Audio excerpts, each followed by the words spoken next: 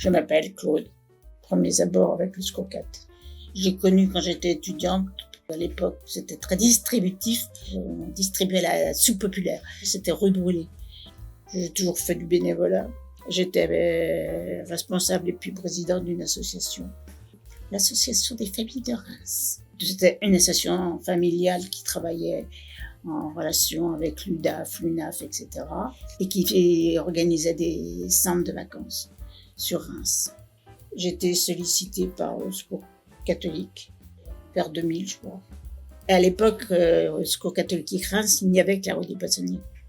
Et après, on m'a demandé de monter le Secours catholique au Châtillon. C'est parti de la paroisse. Il y a une paroissienne, Madeleine, dont je vous ai parlé. Elle a commencé par, tous les mercredis matins, aller sur le marché, proposer un café, une boisson chaude. On était avenue Georges Audin. C'était tout petit. Je crois que c'était un commissariat. Par rapport à la place, on était nombreux. On a discuté avec les gens de Plurial. C'est quand ils ont eu à disposition ce local-là qu'ils nous l'ont proposé. Où se situe le local là actuel? Il est entre la place des Argonautes et le boulevard Vasco-de-Gama. On nous a donné les locaux bruts de décoffrage. Il n'y avait pas de mur.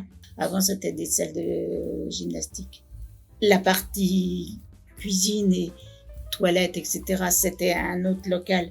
Ils ont accepté qu'on casse les cloisons pour communiquer. On a créé la porte qui donne sur le devant. Ce que je peux dire à peu près précisément, c'est que dans l'année, on a 300 personnes différentes qui passent. Une grande majorité des gens du quartier. Puis le quartier, c'est Châtillon, mais c'est aussi quand même Val de Morigny. Des gens qui venaient ici et qui ont déménagé, qui continuent à revenir.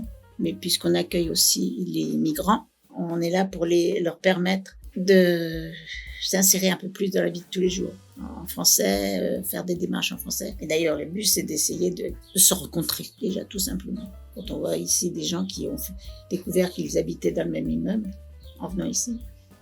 Je me souviens d'une fois, on était allé, je ne sais plus quel spectacle, enfin bref, à l'opéra. C'était la première fois qu'ils mettaient les pieds à l'opéra. Ils se repliaient sur eux-mêmes. Parce que l'idée aussi, c'est, je suis dans mon quartier, je suis bien, puis les autres, c'est l'inconnu.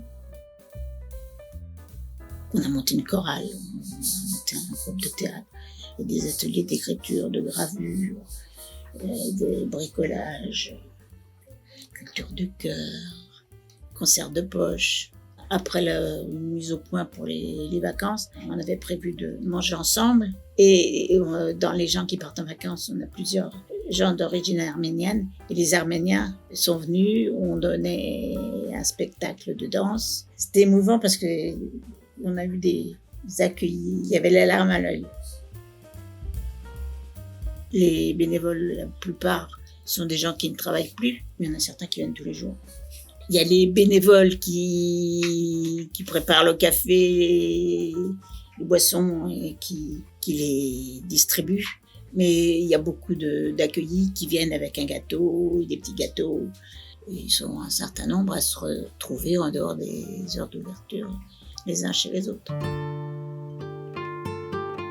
Je pense que le quartier des Châtillons, quand il a été créé, c'était un grand village. Je pense qu'il a perdu de son côté village. Le quartier est sale. Ne serait-ce que si on regarde notre patio, nous on le nettoie régulièrement et les gens nous balancent tout un tas de cochonneries. Là, on vient de trouver un sac poubelle devant la porte, des mégots partout. Si on n'avait pas des gens cochons comme ça irait bien mieux. Il y a des entrées d'immeubles qui ont été refaites. Je sais qu'il y a des immeubles qui vont être démolis, entre autres boulevard Vasco-de-Gama.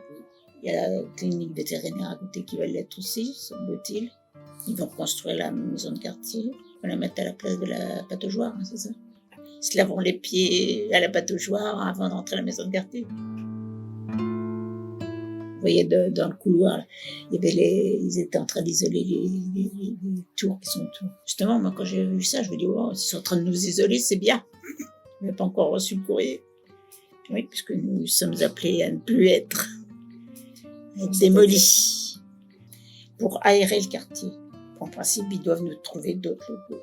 Alors si au départ, ils nous ont bien proposé quelque chose à Orgeval, et ils nous ont dit aussi qu'en centre-ville, il y avait des locaux importants. Pour le quartier des Châtillons, c'est pas pour aller, ils nous envoyer à Tessy aussi. Si.